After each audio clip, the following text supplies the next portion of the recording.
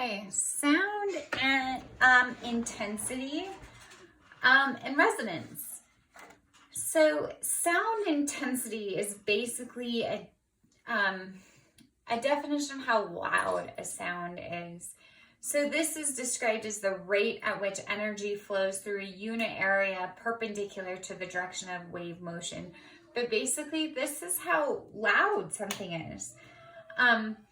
So it's equal to the power divided by 4 pi r squared, where r is the distance between the source and the listener. Intensity is measured in watts per meter squared.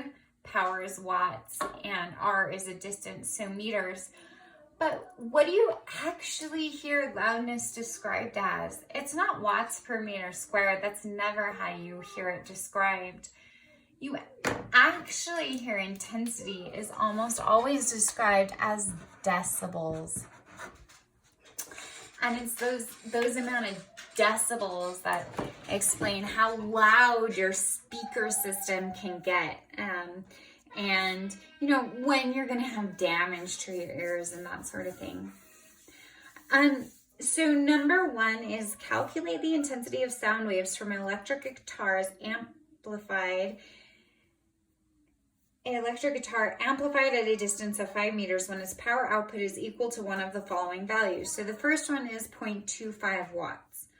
So if we take 0.25 watts and we divide it by 4 pi times 5 meters squared, we end up with an intensity of 8.0 times 10 to the negative 4 watts per meter squared. Okay, and the next one here, we've got a power quite a bit larger divided by the same distance. This gives us an intensity of 6.4 times 10 to the negative 3 watts per meter squared. Well, that's very interesting. I'm going to show you in a minute. So that's how you need to solve number 2, is just like that. I'm going to show you how to relate intensity to decibels. Well, you can see on this graph that we have human hearing ranges, and the human hearing range depends on, I told you the range was 20 hertz to 20,000 hertz, which is true, but it also depends on the intensity of the sound. So you can see it's kind of this 2D graph where you have kind of a range of values depending on the intensity and the frequency. And you know, music somewhere kind of in the middle of that. If you get too high or too low and too intense, it actually hurts. Like it's not pleasant to listen to. And speech is a little bit smaller than that. So the decibel is a dimensionless unit that describes the ratio of 2 intensities of sound. The threshold of hearing is commonly used as the reference in intensity. So what happens is you're looking at kind of like, you're using one value as that, and then this tells you how much louder it is than the base value. Now the threshold of sound is 1 times 10 to the negative 12 watts per meter squared. Well, if you look at this chart, you can look at the intensity and then look at the decibel level.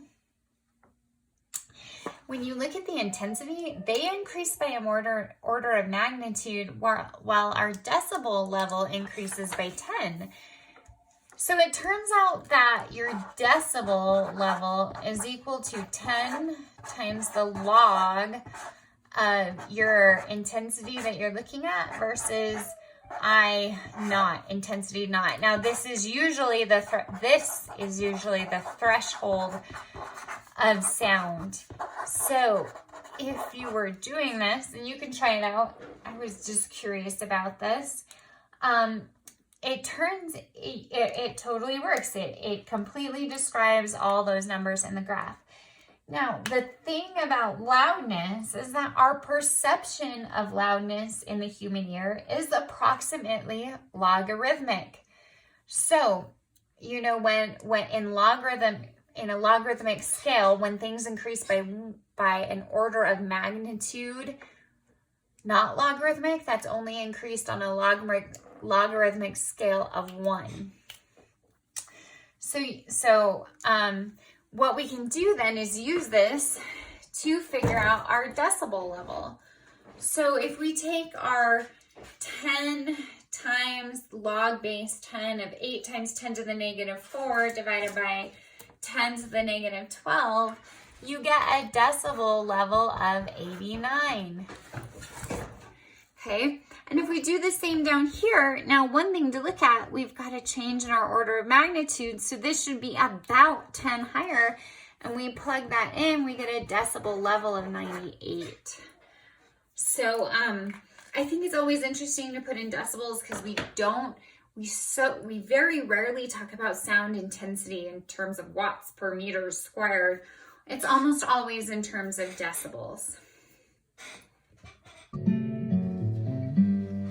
So a guitar, which produces music based on the force vibrations that a finger inputs to the string, produces music. So what happens if you have a string like this that it just plucks, it creates sound, but not a whole lot of sound. It's not all that much. So what happens is these vibrations that you're looking at force the bridge of the guitar to vibrate, which then in turn transfers its vibrations to the body of the guitar. Now the body of the guitar is shaped so that it produces, when it vibrates, it produces quite a loud sound. And these force vibrations that these strings input on the neck that then inputs on the guitar's body are called sympathetic vibrations. Because the guitar's body has a much larger area than the string, it produces vibrations in air molecules much more effectively. So this would be an acoustic guitar. In an electric guitar, the vibrations of the strings are transferred to electrical signals that are then transferred to an amplifier. Resonance, which is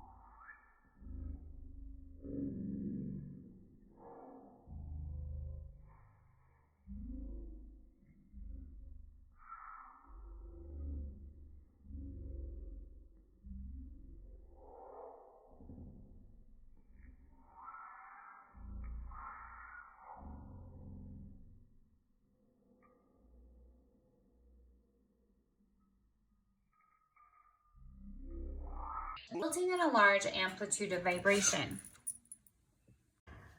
Now, resonance occurs in many structures. So you have to be careful when you're building things like bridges and even buildings, that things like the wind blowing by or people walking around doesn't create resonance. I think with the track at the new gym, when people walked on it, it actually made it produced the resonant frequency, and so it did produce this resonance. This is a classic example in, I think, the 30s or 40s of the Tacoma Narrows Bridge. What happens is the wind blowing at us like 30 miles per hour started to create forced vibrations in this bridge. Well, it turned out those forced vibrations were the resonant frequency of the bridge. So this bridge starts moving up and down like this. It's resonating from those forced vibrations. And eventually what happens is it gets completely destroyed, because once those vibrations are so much that they exceed the strength of the steel and the concrete, the bridge just collapses. So you have to be really careful when you're building things that this resonance doesn't occur, especially on cantilevered things. Suspension bridges are pretty susceptible to it. Now, the human ear also uses vibrations from sound to transmit to our nervous system and our brain eventually. So what happens is you have vibrations travel down your ear canal. They hit the eardrum, which vibrates. It then, in turn, causes forced vibrations of the hammer, anvil, and stirrup, which in turn cause forced vibrations of the cochlea, which then vibrates this basilar membrane.